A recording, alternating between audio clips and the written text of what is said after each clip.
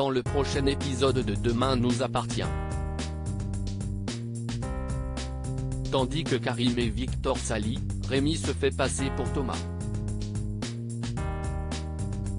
De son côté, Marianne n'apprécie pas le cadeau de ses collègues. Attention, les paragraphes qui suivent contiennent des spoilers sur l'épisode de Demain nous appartient diffusé lundi soir sur TF1. Si vous ne voulez rien savoir, ne lisez pas ce qui suit. Lundi 17 août dans Demain nous appartient. Karim et Victor s'allient dans la matinée, Shemsa tente en vain de faire la conversation à Karim. Lorsque la jeune femme cherche à savoir pourquoi il est si distant avec elle, celui-ci prétend que sa fille lui manque.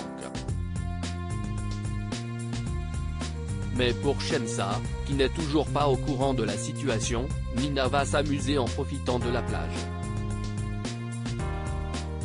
Des propos qui ne plaisent pas du tout aux policiers qui préfèrent quitter l'appartement.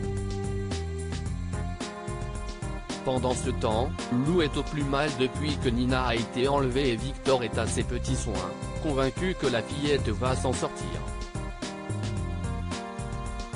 Malheureusement, l'avocate n'y croit pas et ajoute qu'elle n'aurait plus la force de vivre si son enfant venait à mourir. Se sentant coupable d'avoir fait confiance à Eric, l'homme d'affaires jure de tout mettre en œuvre pour la libérer. Il rejoint ensuite Karim au Spoon pour faire le point sur la disparition de Nina. Même s'il n'a aucune idée de l'endroit où pourrait être sa fille, Karim pense que Ryan se cache probablement au port autonome. Aurore fait irruption et les interrompt, surprise de voir Victor encore en France. Ce dernier lui fait alors croire qu'ils ont décidé d'annuler leur voyage car la mère de Lou doit être opérée en France. Après que Timothée est rentré, toute la famille se retrouve autour de la table pour déjeuner mais Lou est ailleurs. Quand l'adolescent remarque que Nina est absente, son père affirme qu'elle est chez son père pour la semaine afin de ne pas l'inquiéter. Dans l'intervalle, Karim et Sarah font le point sur l'enquête en cours. Comme Nina a disparu depuis plus de 72 heures, Sarah voudrait creuser la piste du port autonome et sollicite sa copine pour qu'elle craque le système de vidéosurveillance des lieux. Roxane se met immédiatement au travail et utilise son drone pour filmer le port. Toutefois, dans la mesure où les images sont nombreuses à analyser, Roxane informe Sarah qu'elle la tiendra au courant dès qu'elle aura quelque chose. En fin de journée, Karim, qui se rend chez les Brunet pour prendre des nouvelles de Lou, reçoit un appel d'Eric qui indique qu'il sait ce qu'il a à faire. Tandis que Nina crie qu'elle a peur et réclame que ses parents viennent la récupérer, Lou et Karim se prennent dans les bras impuissants.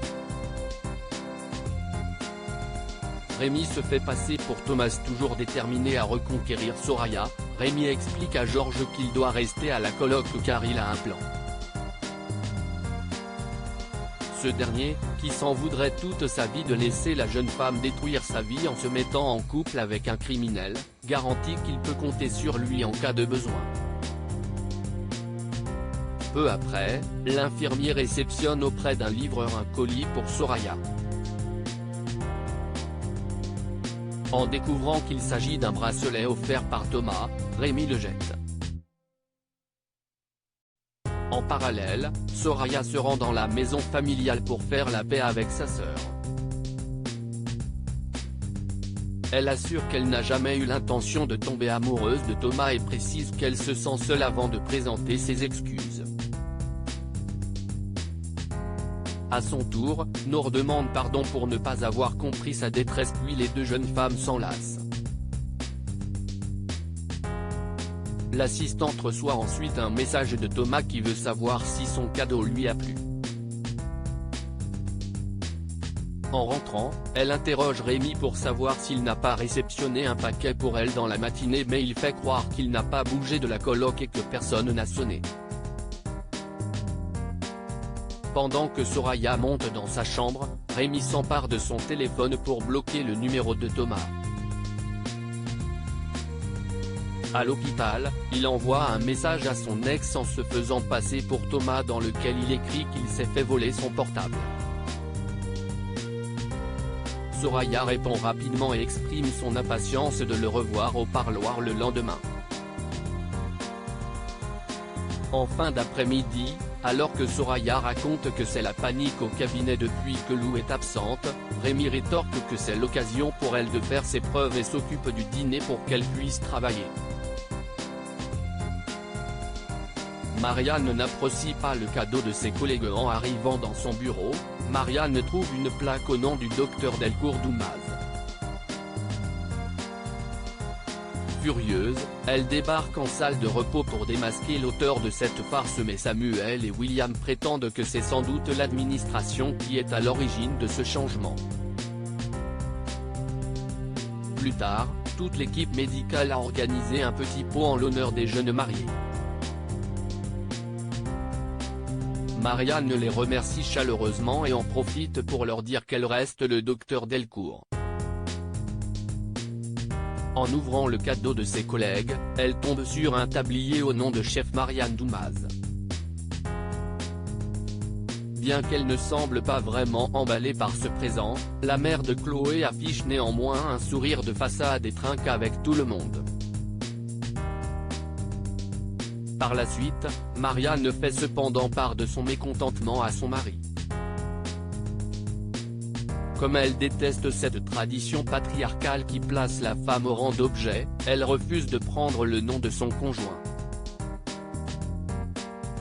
Tandis que Renaud juge le geste romantique, sa femme s'énerve et lui rend son alliance pour ne plus jamais subir de remarques sexistes.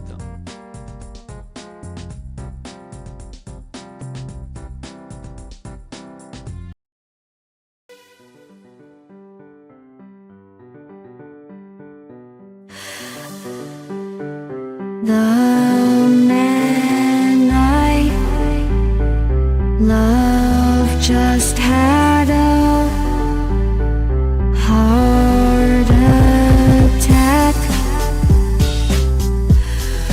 but who needs a heartache? I am a man, she is a